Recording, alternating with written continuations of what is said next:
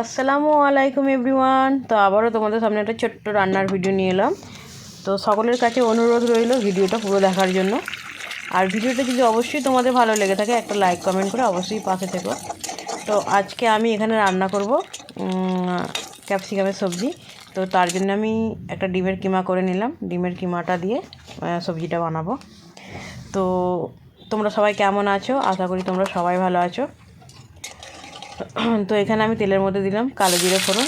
তো এবার দিয়ে দিলাম পেঁয়াজগুলো, আর তারপরে পেঁয়াজটা একটু লাল হয়ে গেলে দেবো ক্যাপসিকাম আলু। তো চলো আমি রান্নাটা করতে থাকি, তোমরা ভিডিওটা দেখতে থাকো।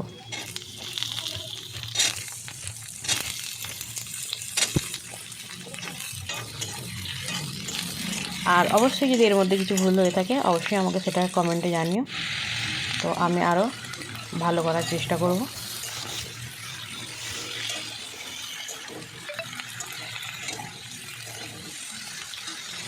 তো এটাকে একটু ভালো করে ভাজা ভাজা করে নিয়েছি। এবার এর উপর আমি দিয়ে দিলাম লবণটা, আবারও কিছুক্ষণ একটু ভাজা ভাজা করে নেব।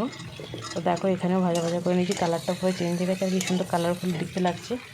তার উপর দিয়ে দিলাম গোটা কয়েক মটরশুঁটি আর একটু আদা রসুনের পেস্ট।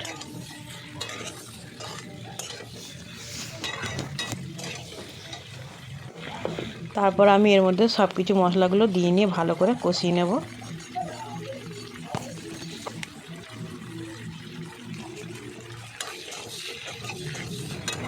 তো ভালো করে দেখো নাড়াচাড়া করে মশলাটা একটু কষিয়ে নেব।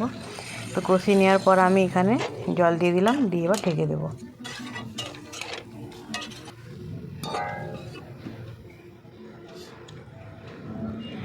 কিছুক্ষণ পরে ঢাকনাটা খুলে যে ডিমের কিমাটা করে রেখেছিলাম সেই কিমাটার মধ্যে দিয়ে দিলাম।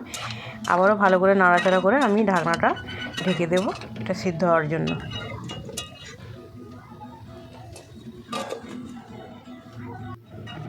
তো দেখো সিদ্ধ হয়ে গেছে, ফাইনাল লুক। ক্যাপসিকাম কিমা দিয়ে ডিম কিমা দিয়ে সবজিটা বানিয়েছি, কেমন হয়েছে অবশ্যই আমাকে কমেন্টে জানিও। আর এখানে আমি গরম ভাত আর সবজিটা নিয়ে নিয়েছি। তো তোমাদের যদি অবশ্যই ভিডিওটা ভালো লেগে থাকে একটা লাইক কমেন্ট আর শেয়ার করে পাশে থেকো এভাবেই। তো চলো দেখাবে নেক্সট কোনো ভিডিওতে। টাটা।